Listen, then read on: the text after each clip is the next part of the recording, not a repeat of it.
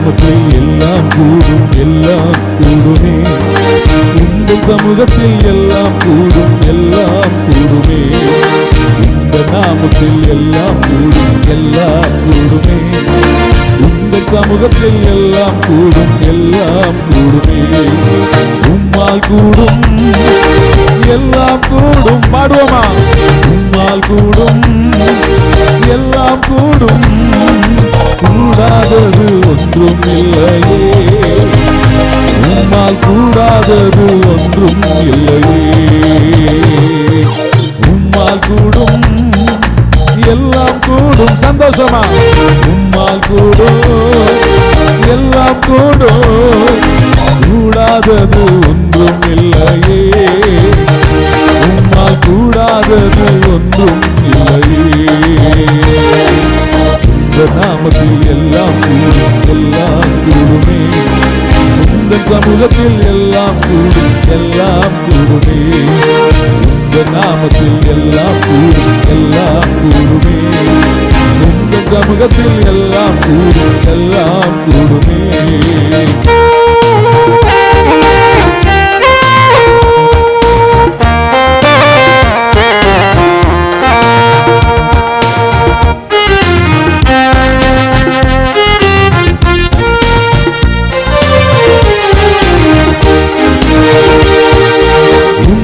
வார்த்தையா புயல் காற்று ஓய்ந்தது.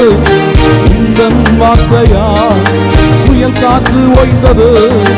உந்தன் பார்வையா திருந்தினார் பேதுரு. உந்தன் பார்வையா திருந்தினார் பேதுரு. கூடாதது ஒன்றும் இல்லையே. உம்மால் கூடாதது ஒன்றும் இல்லையே. இந்த நாமத்தில் எல்லாம் கூடும், எல்லாம் கூடுமே. இந்த சமூகத்தில் எல்லாம் கூடும், எல்லாம் கூடுமே. இந்த நாமத்தில் எல்லாம் கூடும், எல்லாம் கூடுமே. இந்த சமூகத்தில் எல்லாம் கூடும், எல்லாம் கூடுமே. உம்மால் கூடும், எல்லாம் கூடும். சொல்லுமா? உம்மால் கூடும், எல்லாம் கூடும். கூடாதது ஒன்றும் இல்லையே. உம்மால் கூடாதது ஒன்றும் இல்லையே.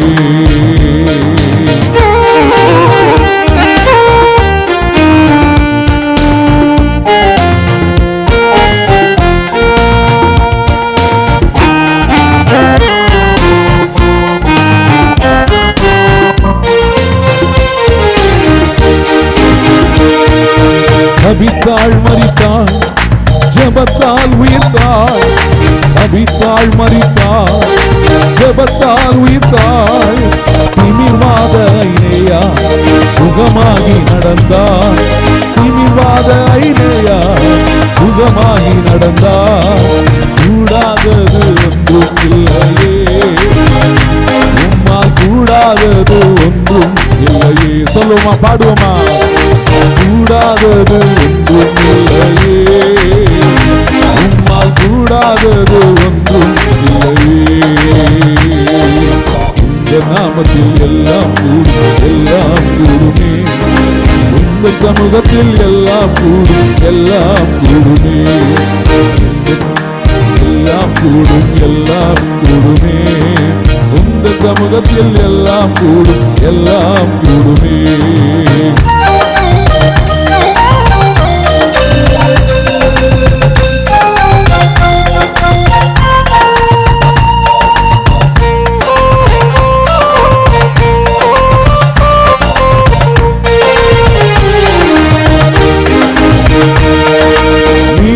வாயிலே காசு வந்ததே. நீனின் வாயிலே காசு வந்ததே. கழுதையின் வாயிலே பேச்சு வந்ததே. கழுதையின் வாயிலே பேச்சு வந்ததே. கூடாதது ஒன்றும் இல்லையே. உம்மால் கூடாதது ஒன்றும் இல்லையே. பாடுவோமா? கூடாதது ஒன்றும் இல்லையே. உம்மால் கூடாதது ஒன்றும் இல்லையே. உம்மால் கூடும், உம்மால் கூடும். எல்லாம் கூடும், உம்மால் கூடும், எல்லாம் கூடும், கூடாதது ஒன்றும் இல்லையே, உம்மால் கூடாதது ஒன்றும் இல்லையே, கூடாதது ஒன்றும் இல்லையே, உம்மால் கூடாதது ஒன்றும் இல்லையே. உங்க நாமத்தில் எல்லாம் கூடும், எல்லாம் கூடுமே, உங்க சமூகத்தில் எல்லாம் கூடும், எல்லாம் கூடுமே, உங்க நாமத்தில் எல்லாம் கூடும், எல்லாம் கூடுமே, உங்க சமூகத்தில் எல்லாம் கூடும், எல்லாம் கூடுமே.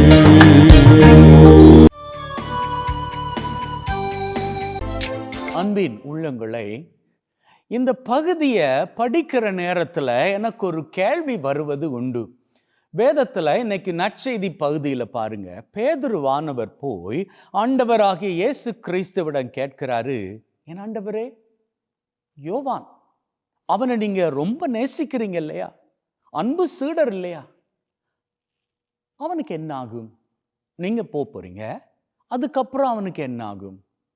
பாருங்க, பேதுருவானவர் இந்த கேள்வியை கேட்கிற வேளையில இது ஏதோ காசிப் மாதிரி தெரியலையா நமக்கு?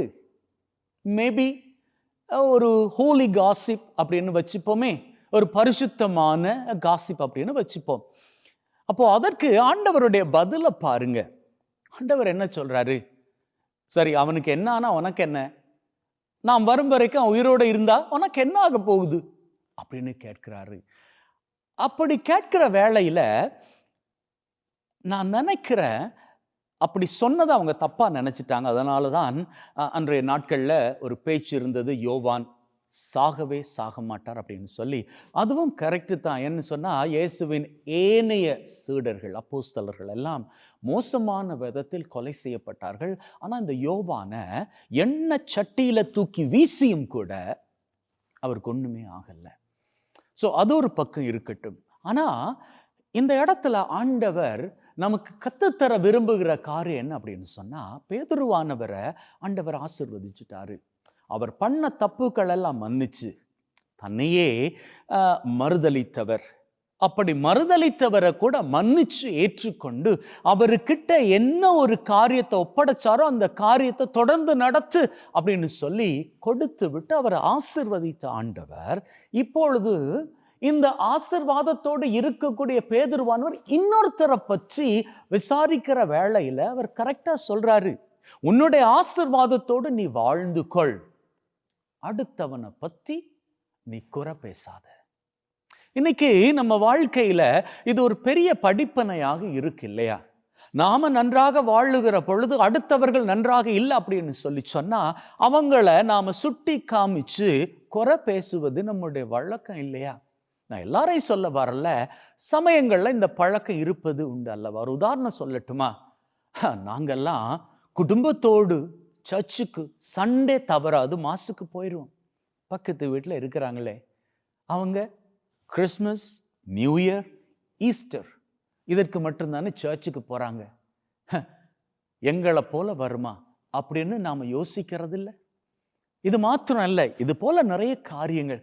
நாங்கள் டெய்லி ஜெபமாலை ஜெபிக்கிறோம், சர்ச்சுக்கு போனால் நாங்கள் சிலுவை பாதை சுத்துறோம், நாங்கள் பக்தி சபைகளில் இருக்கிறோம், இப்படி எல்லாம் இருக்கிறோம். எங்களை ஆண்டவர் எவ்வளவு ஆசீர்வதிப்பார். இவங்க எல்லாம் ஏன் இப்படி பண்றாங்க, இவங்களுக்கு நம்பிக்கை இல்லை அப்படின்னு சொல்லி நாம வெளியில பேசாட்டியும் உள்ளத்துல யோசிக்கிறது இல்லை. ஒரு வேளையில நமக்கு அந்த பழக்கம் இருக்குமாக இருந்தால் நம்ம பார்த்து தான் இன்னைக்கு ஆண்டவர் பேதுருவை பார்த்து சொன்ன வார்த்தைகளை சொல்றாரு. அவங்க வாழ்க்கையை பார்த்து கொள்ளட்டும். உன்னுடைய நம்பிக்கை, உன்னுடைய விசுவாசம், அதுல நீ வளர்ந்துக்கோ. கூடுமாக இருந்தால் அவர்களுக்கு உதவி செய், அதை விட்டுட்டு அவர்களை குறை பேசாதே அப்படின்னு சொல்லி நம்முடைய வாழ்க்கையில நாம் ஆசிரோடு இருக்கிறோமாக இருந்தால் ஆண்டவருக்கு நன்றிகளை ஏறெடுப்போம். அடுத்தவர்கள் ஆசிரோடு இல்லை அப்படின்னு சொன்னா நம்முடைய ஆசீர்வாதங்களை பகிர்ந்து கொள்வோம். அதை விட்டுட்டு நீ சர்ச்சுக்கு போகல, நீ ஒழுங்கான முறையில் இந்த ஆலய காரியங்கள் எதுவும் பண்ணலை, ஞானம் கொடுக்கல, பசங்களுக்கு நற்கருணைக்கு நீ அனுமதிக்கலை, நீ பக்தி சபையில் இல்லை அப்படின்னு சொல்லி அவங்கள காண பண்ணாம, இதெல்லாம் நீ பண்ணியிருந்தா எவ்வளோ வாழ்க்கை ஆசிராக இருக்கும் அப்படின்னு சொல்லி அவங்கள காயப்படுத்தாம, அவர்களை பற்றி வெளியிடங்களில் பேசாம, நாம் ஒன்று நம்ம பாடுன்னு இருப்போம், அவர்களுக்காக ஜபிப்போம். கூடுமாக இருந்தால் ஆண்டவர் நம்ம கொடுத்திருக்கிற ஆசீர்வாதங்கள், அந்த ஆசீர்வாதங்களை அவங்க கிட்ட பகிர்ந்துப்போம். அது பணமாக இருக்கலாம், சமயங்களில் பொருளாக இருக்கலாம், சமயங்களில் நேரமாக இருக்கலாம். இன்னைக்கு நேரம் அவ்வளவுக்கு பெறுமதியானது. நிறைய பேருக்கு நேரம் கிடைப்பதே இல்லை குடும்பத்தோடு சந்தோஷமாக இருந்து சாப்பிடுவதற்கு. அந்த வாய்ப்பு ஆண்டவர் உங்களுக்கு கொடுத்திருக்கிறார் இல்லையா? அப்போ உங்களை நேரத்தால் ஆசிர்வதித்த ஆண்டவருக்கு நன்றியாக எத்தனையோ பேர் தங்களை வந்து சந்திப்பதற்கு, தங்க கூட பேசுவதற்கு, தங்களுக்கு ஆறுதலாக இருப்பதற்கு யாருமே இல்லை அப்படின்னு தவிக்கிறாங்களே. அப்படி உள்ளவர்கள் தெரிவார்களாக இருந்தால் அவர்களிடம் போய் உங்களது நேரத்தை செலவிடுங்க. நீங்கள் ஆசிராக இருப்பது போல் உங்களது ஆசிர் அடுத்தவர்களுக்கு பகிர்ந்து கொண்டு நீங்கள் வாழ்வீர்களாக இருந்தால் அதைத்தான் ஆண்டவர் பிரியப்படுகின்றார். அப்பேற்பட்ட வாழ்க்கை வாழ்ந்து உங்களது ஆசிரை பெருக்கிக் கொள்ளவும், உங்களது வாழ்க்கை மூலமாக அடுத்தவர்கள் ஆசிரை பெற்றுக்கொள்ளவும் நீங்கள் முன்வருவீர்களாக இருந்தால் உங்கள் வாழ்க்கை மகிழ்வின் சிகரங்களை உயரங்களாக தொட்டிக் கொள்ளும். ஆமென்.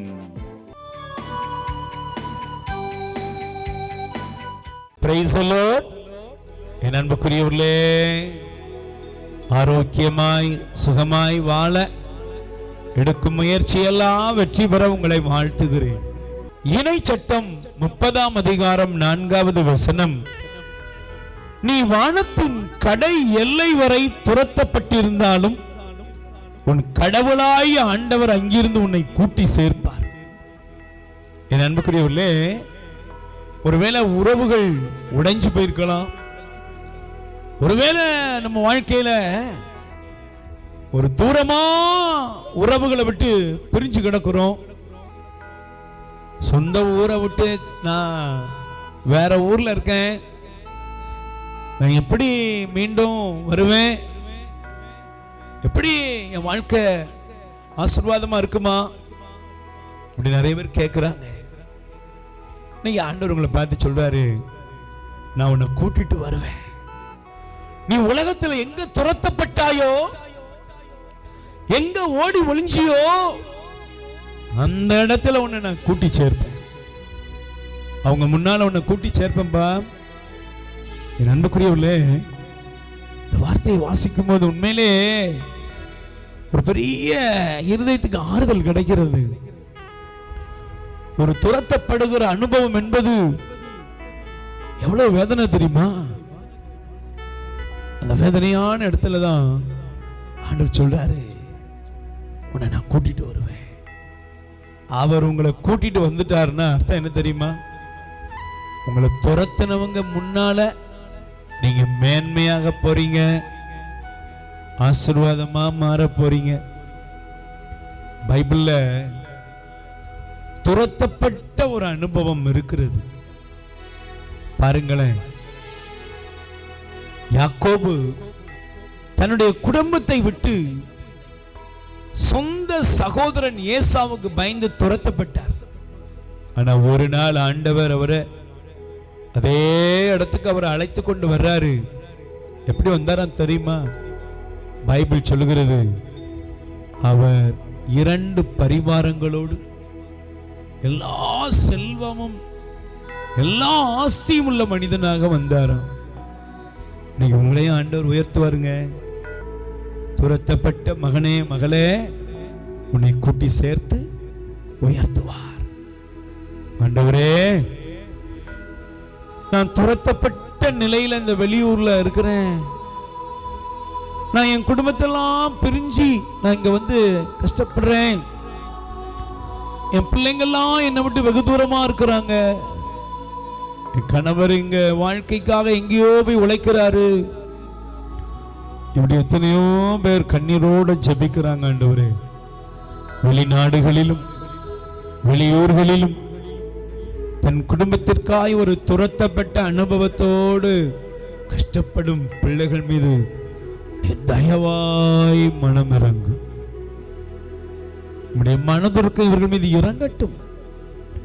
உம்முடைய வல்லமை இறங்கட்டும். நீர் சொன்னபடியே எங்களுக்கு செய்வீர்.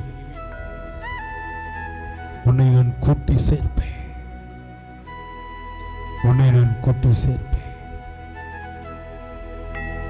ஆசீர்வதி. இயேசுவின் நாமத்தில் பிதாவே, ஆமென். என் அன்புக்குரியவர்களே, இணை சட்டம் 34. நீ வானத்தின் கடை எல்லை வரை துரத்தப்பட்டிருந்தாலும் உன் கடவுளாய் ஆண்டவர் அங்கிருந்து உன்னை கூட்டி சேர்ப்பார். கூட்டி சேர்ப்பார். உயர்வீர்கள். God bless you. மரியே வாழ்க.